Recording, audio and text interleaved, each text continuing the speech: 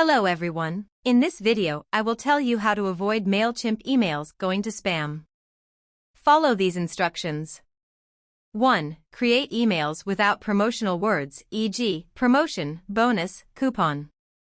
2. Design emails for direct messages, not promotions.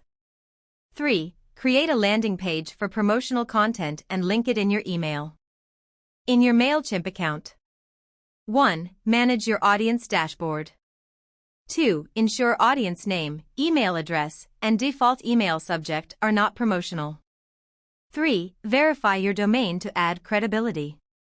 4. Use simple, short, and non-spammy subject lines and preview text. By following these steps, you can reduce the likelihood of your Mailchimp emails being marked as spam. If you have any questions or need further assistance, feel free to ask. We'll see you in the next video.